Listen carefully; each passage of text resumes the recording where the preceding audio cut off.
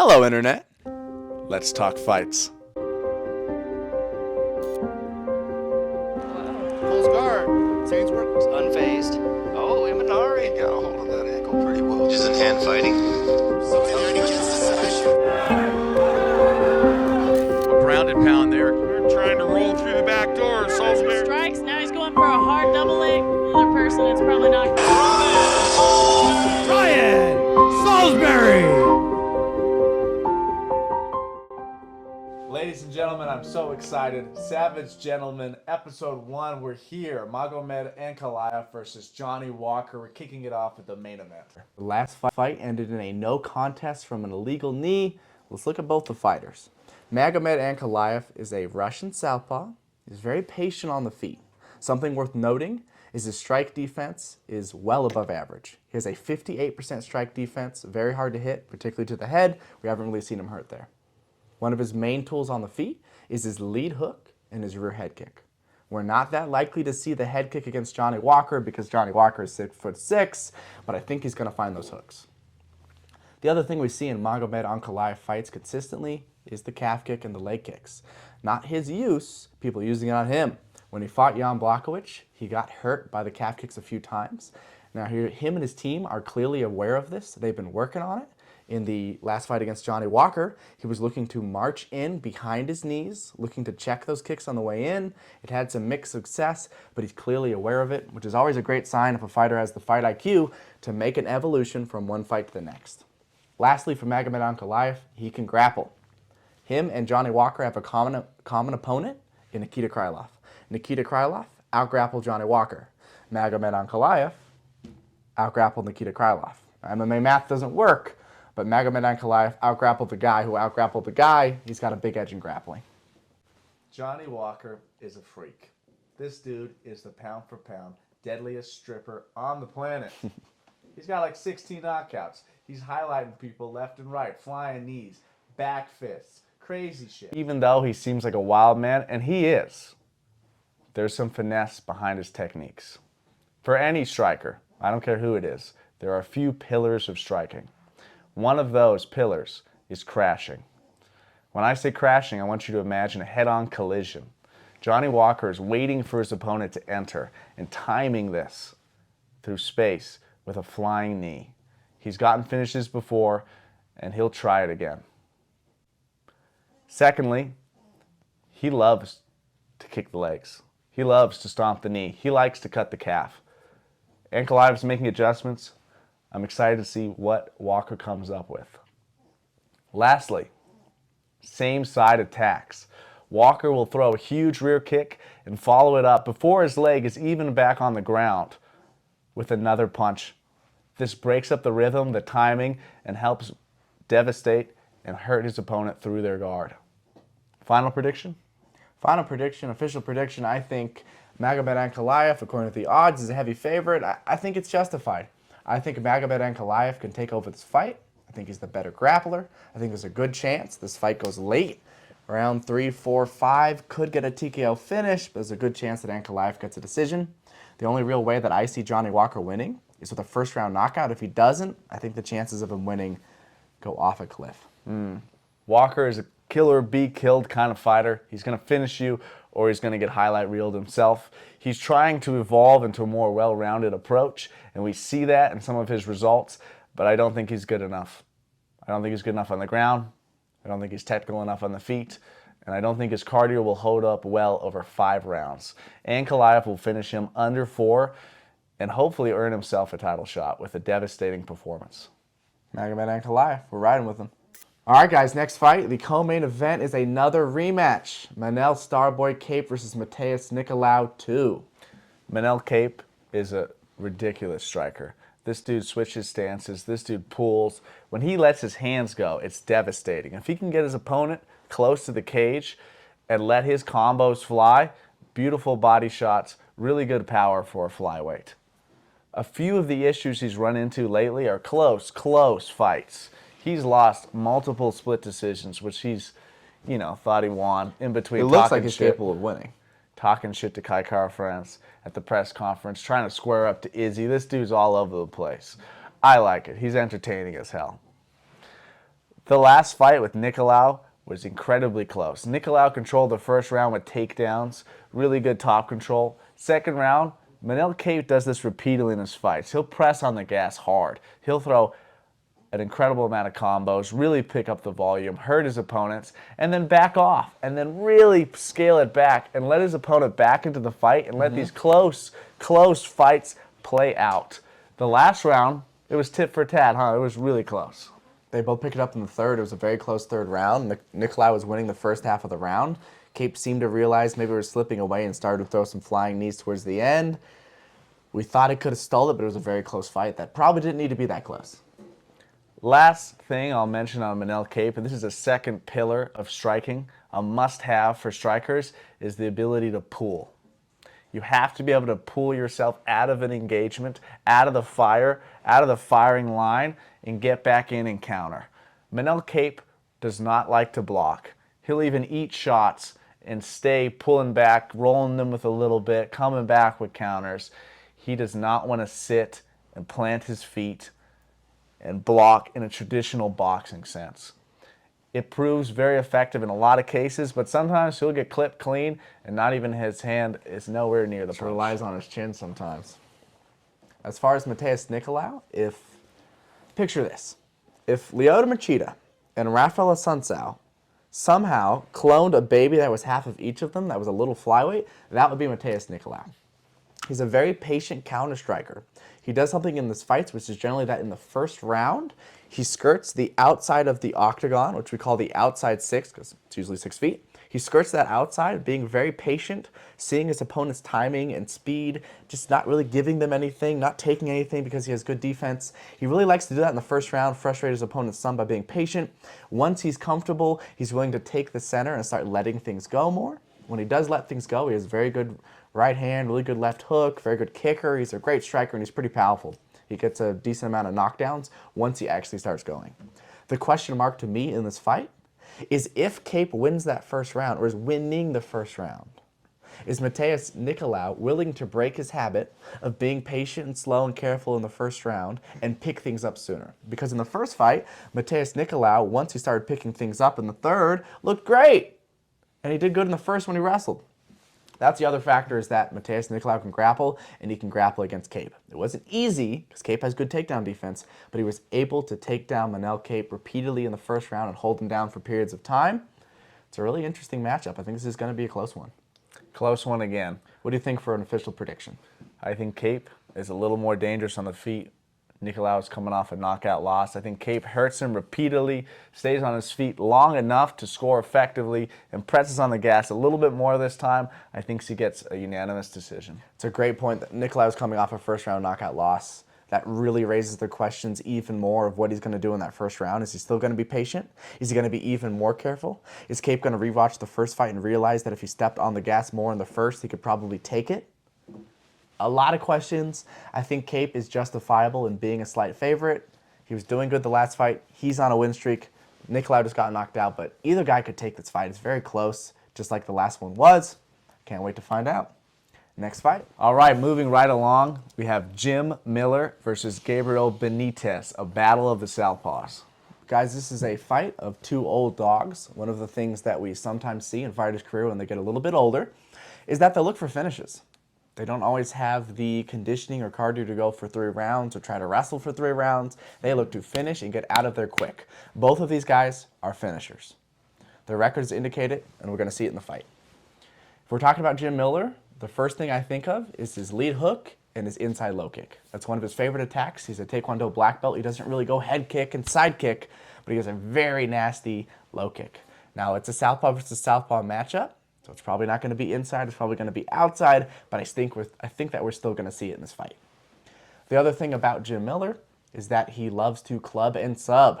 He wants to hurt you and then jump on your neck. That could be cracking you and jumping on a guillotine. That could be cracking you and then getting on your back and doing a rear naked choke. He's well-rounded, he can do it all, he's an amazing grappler, but those are probably his 2 favorites, guillotines and rear naked chokes. Jim Miller's so fun to watch. If you've never seen Jim Miller versus Benson Henderson, do yourself a favor. Look up on Fight Pass, jump in, or him versus Nate Diaz. They're both amazing scraps. Classics. He was at UFC 100, he was on UFC 200, And fingers crossed, we see him at UFC 300 here around the corner.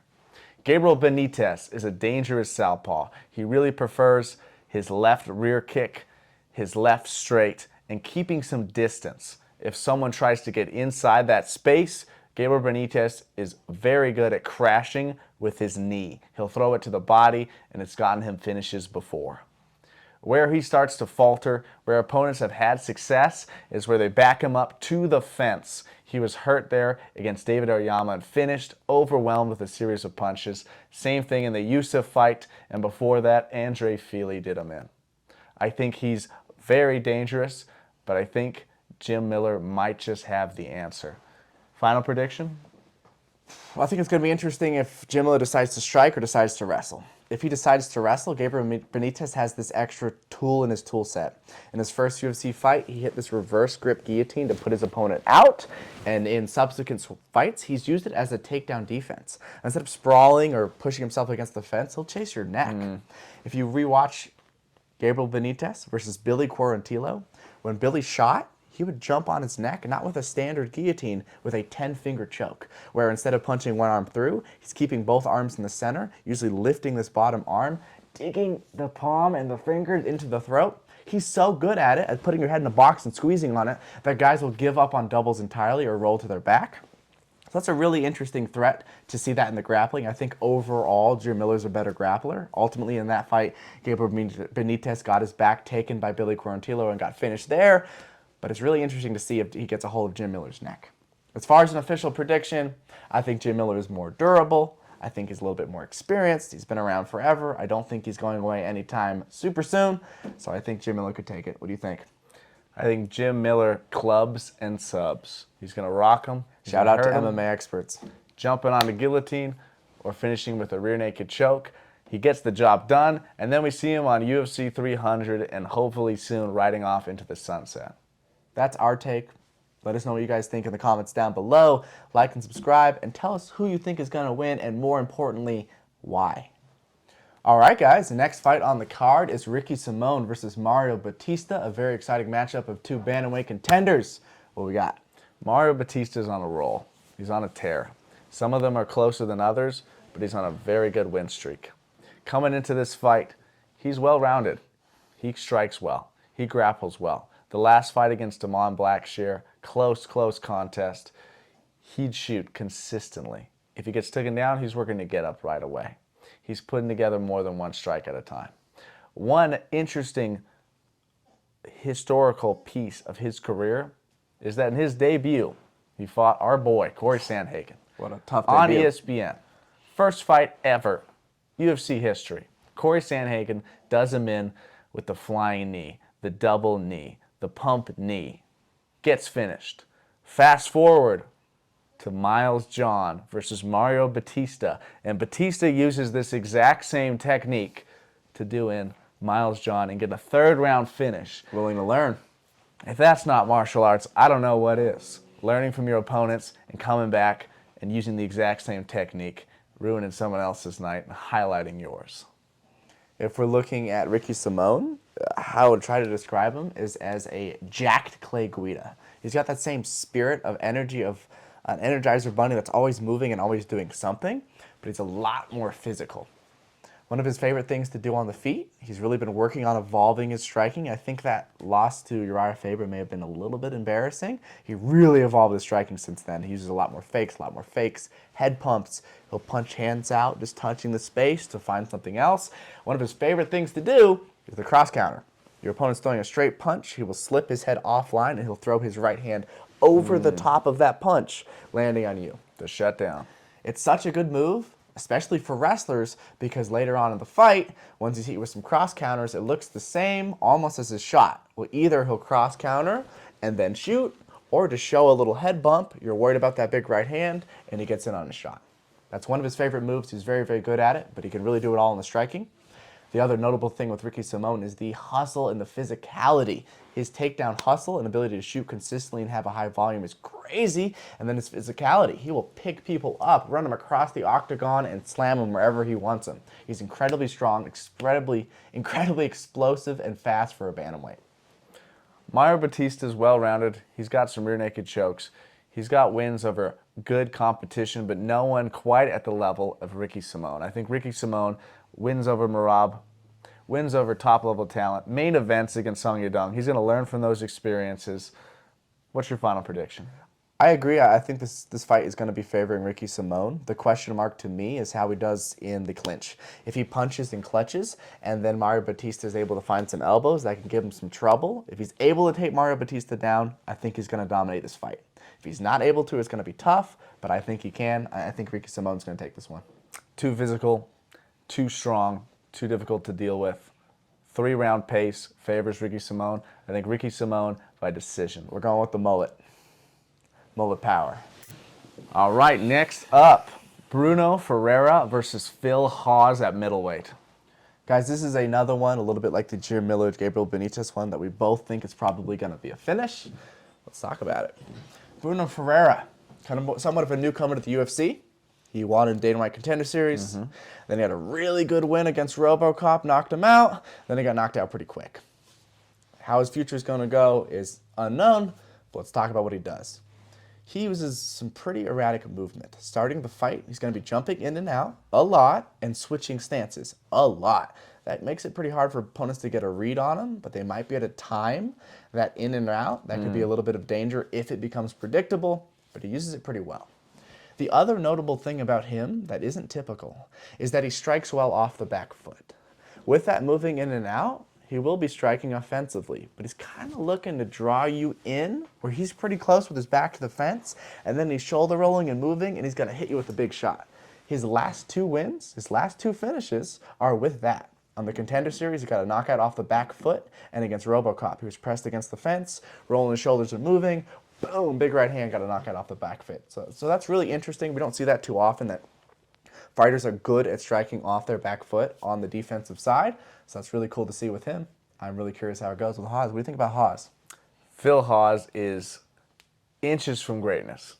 He looks like a world beater. He looks like world champion in every category. It's like Achilles, where it's just the heel. Like everything else is this Greek god. And seemingly his heel is his chin. He has great wrestling, which you've used in a lot of performances. He has phenomenal striking.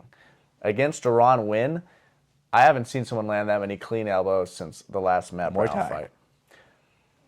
He dominates until he doesn't. And when it goes downhill for him, it's usually a landslide. And he's slept, and he's put unconscious with shots that don't even seem like the hardest shots. Maybe he's done too much hard sparring. Who knows? But it's an X factor in every Phil Hawes fight and something you have to keep in mind.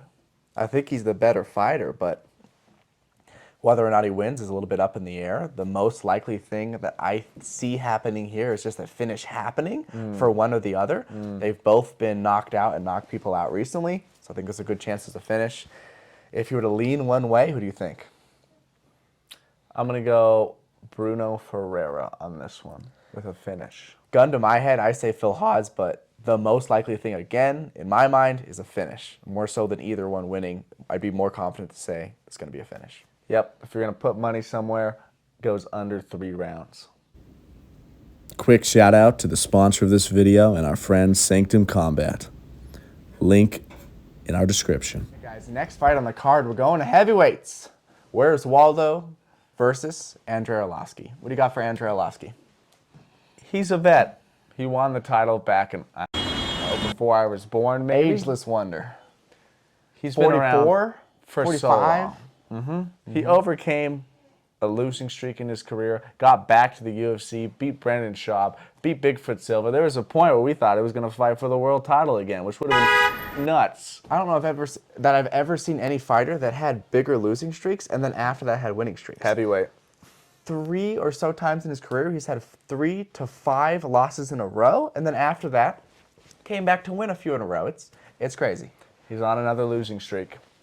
Arlovski is an old dog with some tricks. He loves his right hand. It's been his money punch his whole career. He'll double up on it. He'll throw his right hand and back fist even, and he's still got the power.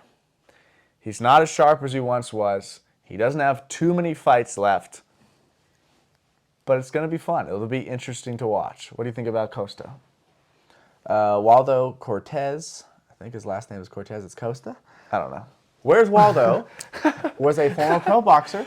He's got a should know. mean right hand, and he throws it like a baseball pitcher. He throws it in a big looping shot, which contrasts because his lead hand is mainly some really sharp jabs. He got really sharp straight jabs to the head, really good body jabs, which is an underutilized tool in my opinion in MMA.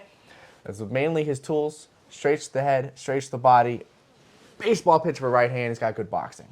The problem he's run into in his career is low kicks. He fights with his head kind of a little bit like we talked about with Ankalaev, with his head in front of his lead foot, looking to slip, looking to roll. So the lead foot's really heavy. He gets his lead leg kicked a ton. And unlike Ankalaev, I haven't really seen him adjust to it. It's been repetitively consistent in fights. His last fight was a knockout win. That guy was chewing up his leg right before he knocked him out. Now he's tough. He's never quit on a leg kick. I've never seen him gone down to a low kick, but it's a consistent issue we don't see him fixing. Other touch on him is that a ground game doesn't seem to be super evolved, neither does his clinch game on the wall. On the wall, he'll get a little bit lazy, in my opinion, respectfully. Stand a little bit tall instead of getting a little bit lower and leaning into his opponent. He'll stand tall with straight legs. That gets him taken down, and when he's on his back, there's not a lot of threat. Now, we don't really see Andrei Arlovski shoot a lot of takedowns. We also don't see Andrei Arlovski knock anybody out recently. His last knockout was, guess when? Travis Brown. That was an amazing fight, an amazing finish, an amazing knockout, but that was a long time ago. Andrei Arlovski has not been knocking people out. Andrei Arlovski has been winning split decisions when he wins. This is an interesting one. Old dog, young dog. What do you think? Who's going to win? With the pro boxing background that Waldo has, I think he's going to be able to deal with the right hand. If there's any level of tape study in the camp, I think he's going to be adapt, overcome, and counter that. He's going to put Arlovski out. It's his time. Arlovski's almost done with his career. It's the right time to fight Arlovski. It's a stepping stone performance for him if he capitalizes on it. I think he gets it done. I don't think Arlovski can chop effectively enough with the low kicks. It's never really been a staple of his game. He doesn't throw devastating low kicks. He throws more point style, touching Scoring. low kicks, scoring points. I think the younger, hungrier fighter gets it done here. We're going to find where Waldo is, and I think it's going to be in the middle of the fence with his hand raised. The only chance, in my opinion, that Andrei Arlovski has is eking out a slow, boring decision. You could sprinkle a little bit of money on that if you're a betting man, but beyond that, I think Waldo's going to win. Under 3. Moving right along to our next fight of the evening, we got Preston Parsons versus Matthew the Jedi Semelsberger. Semi the Jedi. I really enjoy watching Matthew Semelsberger for one reason and one reason only. He has a straight right hand like a freaking piston. He has 2 knockouts in the UFC, one of which I believe is 15 seconds and one of which I believe is 20 seconds. He also drops everybody every fight with his right hand. He doesn't win every fight, but he has crazy power in his right straight. We saw that in a few of his fights, and we're probably going to see it again tonight. Besides that, he's a very athletic guy. He's very big. He's very strong. He's pretty well-rounded, but he's not exceptional at anything else. He's okay off his back. He's okay off the fence. He's got some good kicks. He seems to have evolved his game a little bit more to kick along with punching. But when that right hand doesn't finish the fight, sometimes he'll get hit a bit too much, get a little bit tired, lose in some of the scrambles and exchanges. So if he doesn't get a knockout, it could be a tough night for him. But I think he could get a knockout. What do you think of Preston Parsons' opponent? He's scrappy. He pushes a pretty good pace. At the end of the day, he wants to get the takedown. He wants to get on top. He wants to try to jump on a submission, get to a dominant position, and finish the fight. I think he pushes a good pace. I don't think he's quite as confident on the feet as Semelsberger. I think he has a power disadvantage in this matchup. Agreed. He took Trevin Giles to a very close decision, and that's a tough opponent. That's a tough out and a tough night for anyone. But I don't think he gets it done against Semelsberger. What do you think? Preston Parsons has some decent defense, more so when it comes to hooks. In my opinion, his guard is a little bit of earmuffs, which is kind of like glory kickboxers that have the big gloves, but gloves aren't that big in MMA. He's better on the sides, and everything's very square. Square shoulders, square body, everything's moving very square. He tends to struggle with straight shots. Semelsberger has a great straight shot like we talked about. The other little thing I see with Preston Parsons is, though, he's got really good hustle, some good takedowns, some good wrestling, but sometimes the fight IQ is lacking just a little bit, in my opinion. I've seen him more than once go to mount, be doing well, chase an arm bar, when it's not the very end of the round and end up on bottom because of it. So I think if he fixes his little fight IQ things like chasing arm bars at the end of the round instead of the middle of them, or not chasing them at all and chasing something else, that could be good for him, but I don't think it's going to be enough against Semelsberger. Semelsberger doesn't have the cleanest record in the world, but I think he's an incredibly dangerous opponent. I think Semelsberger is going to knock him out or dominate the fight. I would pick Semelsberger by knockout. There you go. Official prediction. Semelsberger. Let's go Jedi. All right, guys. Next fight on the card is Beauty versus the Beast. This is Marcus McGhee versus Gaston Bolanos. Gaston versus the Beast. What you got for Gaston Bolanos? No one's as strong as Gaston. No one's as big as Gaston. No one can eat as many eggs. No one's as handsome. No one can throw spinning elbows like Gaston. Yep. Bellator vet. He's got a tremendous spinning back elbow. He has done it in his kickboxing career successfully, and he's had some highlight reel knockouts with it in his MMA career. Staple of Bellator. UFC picked him up. He won his debut against Aaron Phillips. Looked pretty decent. I don't think it was quite the performance he was looking for, but he got that first win out of the way. He's a very competent striker. That's his bread and butter. That's what pays his bills. That's what gets it done for him. And he looks sharp out there. He can catch kicks. Really good at catching kicks. He can grapple. He's well-rounded. Will he beat McGhee? What do you think? I think Marcus McGhee is a incredible talent. I think he does rely a little bit on his athleticism, but it works. He has a very good bouncing in and out style. He'll throw some naked kicks. He'll spin on wheel kicks. He'll do some jumping kicks. He'll explode a lot. And then one of the fundamentals that we'll see a lot from him, one of the things he tends to go to, is getting down behind his lead shoulder from southpaw and throwing his left straight. His left straight is very powerful. He knocked down his first UFC opponent with it, and he knocked out his second opponent with it. So really good left hand, really good left straight from southpaw. Besides that, just something of an X factor here, his background is a skateboarder. Now that doesn't really mean a lot in some connotations, but you can kind of see it. He has incredible balance. If somebody's lifting up a kick, like a cat, he's going to land on all fours. If somebody's shooting a takedown and throwing him or tripping him, he's going to recover very quickly. He's very, very, very good at keeping his base in wrestling positions, in scrambles, at facing his opponent at the right time, and being balanced. So incredible athlete, very good striker. I actually have a hot take here. I think Marcus McGhee, the Beast, is going to slay Gaston. I think he's going to outstrike him. Gaston might catch some of his naked kicks. Like we talked about, Gaston is very good at catching kicks, but I think Marcus McGhee is going to be more well-rounded and a better striker. I'm impressed by McGhee. His very good composure. His very good control. That last fight where he knocked out, what's his South name? African, JP Buys. When he knocked out JP Buys, his control, he knew it was over. He just stood over him. Cracked him and then walked and that's away. Impressive in the moment, in the heat of battle, with all that at stake. I'm really, I think McGhee gets it done here. I think a decision. Gets some takedowns, perhaps outstrikes him here and there.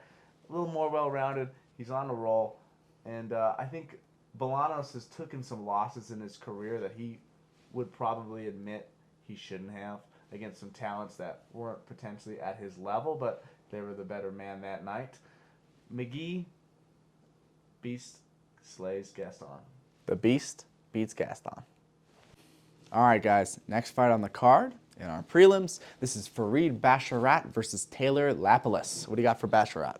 Basharat, Afghani, undefeated. Him and his brother are both on the UFC and on a tear. He's really impressive. One of the more technical prospects I've seen in a long time. He's got a great jab, a great low kick, which we'll always look for your strikers. It's a staple. You got to have it. He'll go to the body. He'll throw great front kicks. Keep the range exceptionally well. He's very tall and lanky for the division. Very technical. Where he really shines is on the ground. His passing game, his top pressure, his footwork gets him in and out. He stays long until he's all the way in, deep on a takedown, dragging you down, keeping you down. He's incredibly hard to hit. I can't say enough good things about him.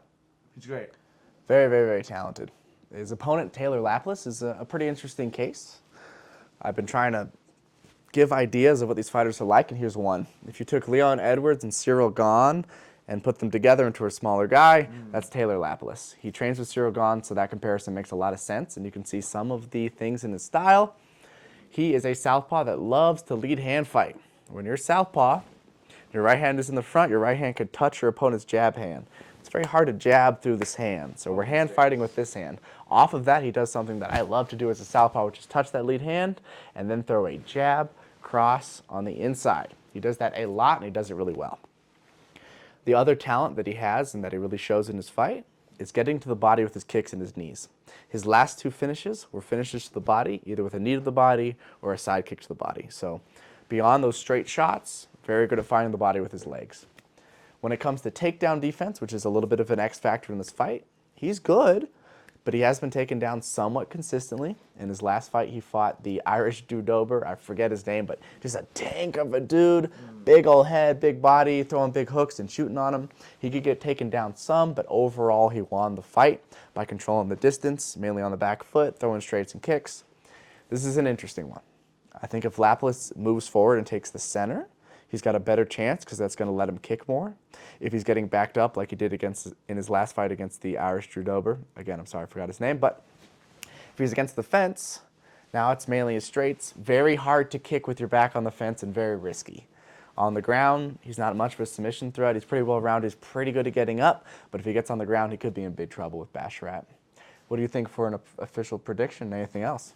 Keeping the range that you want to maintain in a fight is incredibly key, and I think few people in the UFC right now do this better than the Basharat brothers. He'll stay at a long range. If you move in, he knows how to cut back, he knows how to cut angles, and then he knows how to get all the way in and get you down. Basharat, by decision, the money might also be on over 2.5 rounds. The 2 ways I think this fight would go, if Basharat decides to strike with him, it could be a very close striking fight. They're both phenomenal strikers. And if Basharat decides to wrestle, he really likes to yank up a high single and get his partner down, his opponent down, or hit a double. And if he decides to wrestle, this could be an easier night for him. But either way, I've given a slight edge to Farid Basharat, but Taylor Lapilus is very talented. Let's go. Riding with Farid. All right, guys, 3 more fights to go. Next up, Gene Silva versus Weston Wilson. Weston Wilson is a really interesting character. He's Stephen Thompson's training partner and out of his gym, and you can really see that in his style. He's a southpaw that uses this karate style, kind of in and out. He likes his karate blitz with some kicks. That's something you're going to see him do a lot in his fights. The problem that he sometimes runs into is although he has that good offense, he hasn't historically shown sometimes that defense. He's been knocked out a few times. In his last fight, he got knocked out on the ground. He's been knocked out standing before. The defense isn't always there. The chin's a little high, and the reactions aren't always there to pull or to slip some of the shots incoming when your hands are low. The other interesting thing with him is he's got 0 decision wins. He is a finisher. 5 knockouts, 11 submissions if my stats are correct. So mainly on the submission end, and that's probably, if he is going to win this fight, that's probably his best shot. Now he's good on the ground and he's got good submissions. He doesn't have amazing wrestling, amazing double legs, but if he gets on your back or he enters into a leg lock position, he's really dangerous there. He's got a lot of subs and a lot of finishes there. He's been training with John Danaher at New Wave Jiu-Jitsu for this fight. If he's going to win, I think that's his shot, is to really try to submit him. Spinning on a leg with an Imanari roll, shooting and dropping, trying to get to the guy's back from a clinch. Those are his best chances. Gene Silva reminds me a little bit of Yoel Romero. The bounce, the flim-flam. He'll show you some techniques. He'll stay really far out, coming with something explosive. This guy's a dangerous striker. If he can back you all the way up to the octagon wall, he's going to put together more than one strike. He's going to get his defense tighter, and he's going to unload overhands, elbows, knees. This guy's dangerous. He's a lot shorter than Weston Wilson, who's super tall for the weight class. I think it's going to be hard for Weston Wilson to fit in on him. To get under him. He's explosive. And he's a showman. He plays to the crowd. He'll talk to the ref. He'll try fancy capoeira kicks, high kicks, flying knees. Really, really fun to watch. I'm excited for this one. Gene Silva is a huge favorite. Do you think it's warranted? I do. I think he gets it done. Weston Wilson has a path to victory. Gene Silva comes from a good jiu-jitsu Fight gym nerds. himself. There's some very good grapplers out there like Baralho. I think he'll be ready for it. Weston Wilson seems a lot more beatable than Gene Silva, and he doesn't seem as durable. I agree with that. I think Gene Silva should take this fight. If you want to sprinkle a little bit on the opposing side, the only chance that we see for Weston Wilson to win this fight is likely going to be a submission. So you could sprinkle submission, but other than that, we got Gene Silva. Yep, with that huge line between them and just how big of a favorite Gene Silva is, I think the best money here is betting that it goes under 3. You don't even have to pick a winner. Just bet that it's not going to go to a decision. Or stick it in a parlay. That's our prediction. All right, guys, next up, Tom Nolan versus Nicolas Mota at lightweight. Guys, Nicolas Mota is very tough. He's got very heavy hands. He's got somewhat of a minimalist game. If you think of like the Michael Johnsons of the world, who have gotten pretty far with fairly simple, basic, fundamental moves done well, that's what Mota does. His primary offense is his hook cross. You're going to see it in his finish in the UFC, but a big hook followed by a big cross. That's what he's looking for. There's not a ton else of substance, and the reason I'm going to say that is because if you look at his stats, he has an 82% takedown defense.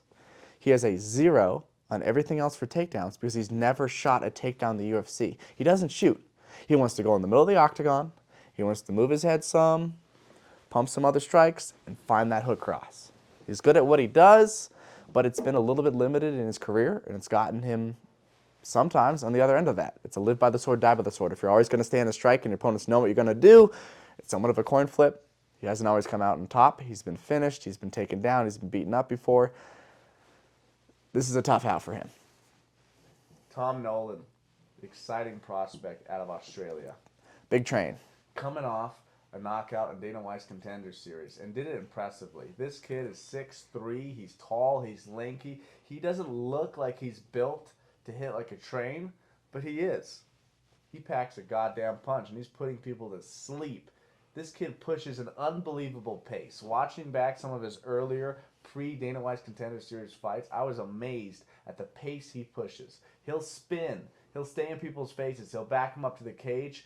Really excels when he throws more than one shot and just stepping just a little bit back out of range and right back into the fire, re-engaging, applying pressure, and getting finishes.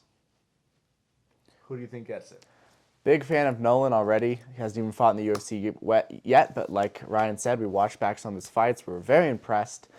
Small X factor, I wasn't super excited about some of the things I saw on the ground. He almost got stuck in a triangle and an armbar in one of his fights and a couple things on the fence and on the ground. But I don't think it goes there. That's going to be a test later in the career. For now, Mota, who's never shot a takedown, is going to strike with him. If he strikes with the younger, taller, maybe more powerful Tom Nolan, I think it's going to be trouble for him. I think Tom Nolan wins this fight. I don't know if he gets a finish. He very well could with the pace he sets, but either way, I think he's going to win. One more thing to note with Nicolas Mota is he will set his feet. He is grounded as grounded can be, and that speaks to the takedown defense. He's in a position to sprawl. His feet are always under him. He's set heavy in his stance, set with his hands, set with his guard, and he can deliver hard blows, but it really pulls back on your defense. He doesn't get out of the way that often. Doesn't pull very often. I think Nolan's going to walk him onto a shot, counter-strike him. I think he gets him out of there. I think he finishes him. I'm going to go Tom Nolan by knockout. And one little last thing for Nolan, he's got those long arms. He likes to chase Darce's standing. So I'd be really curious to see if he rocks him and jumps on his neck or stays punching. But either way, we're riding with Tom Nolan. We're on the train. All day Choo-choo. long. Let's go. Here we go. First fight of the night. Last fight for the video. Joshua Van versus Felipe Bunes. Guys, I did a lot of tape study on Felipe Bunes. He's a pretty interesting guy. I'm not going to say prospect just because he's a little bit older. He's 34. That doesn't mean he couldn't make some waves and do some things, but he's a little bit older. He's coming off of winning the LFA title with a first-round knockout with one of his signature moves. He's a very sharp striker. He doesn't move his head a ton defensively as much as offensively. He'll hold his guard a little bit wide, sharp fake, sharp movement, and what he's looking for is a big slip and a big rip. When you punch at him, he wants to move his head out of the way and swing a big shot. He's not always super worried about defense on the opposite side where one hand's up and one hand's throwing. He's willing to throw. He's never been knocked out in professional MMA, so he's very confident on the feet. The other thing that we're going to see him do on the feet is spin. Sometimes good, sometimes not so good. I've seen him had success where he's putting a hand down and throwing a capoeira-style wheel kick. He's hurt some people with it, but it's also been a questionable decision. When he fought Husier Formiga in the LFA, Husier Formiga was fresh out of the UFC. He's doing fine on the feet. Formiga just wants to grapple and get on your back. He throws a spinning back kick and gets his back taken and ultimately gets choked. So little things like that aren't a great sign for me when it comes to fight IQ, but who knows? He's a little older. He's very tough. He just got a knockout. He's super hungry, wants to get to the UFC, wants to get wins. I'm really excited to see this initial fight in the card. On the other side, Joshua Van is young. He's in the UFC 22. with a couple wins already. He's looked great. He's a pressure boxer. He might start a little slower, but he gradually, as the fight progresses, as they get into the nitty-gritty, will march forward, double jab in, rip body shots, find left hooks, set up high kicks. This kid is phenomenal. I love his guard. I love his reactions. He jabs better than most flyweights in the division. And I think there's a great chance he could get this done. What do you think? Final prediction? Yeah, I think the only other way that Felipe Bunes would win is if he does wrestle. His wrestling's decent. His ground game is pretty good if he does get you there and he can hold you down. Van has shown some good get-ups. I don't really think that's going to happen. What I think is likely is this is going to be a banger of a fight. Bunes is very tough, never been knocked out. He's going to throw big hooks with them. But I think Van has way more volume, and that volume is going to take over the fight. I got Joshua Van unanimous decision. Joshua Van getting it done. And there we have it. Those are the fights. Thanks for tuning in. Let us know who you think is going to win and how. And why. Why? Don't just say this guy because you have a gut feeling. Tell us why. Say the technique, say the thing you're seeing, say the thing you're scouting. We want to know. Like, comment, share, subscribe. Thank you guys so much for watching. We'll be back pretty soon. Savage Gentlemen, out. Yeah. Here. I don't know if it is. Okay. One. Two. Ready?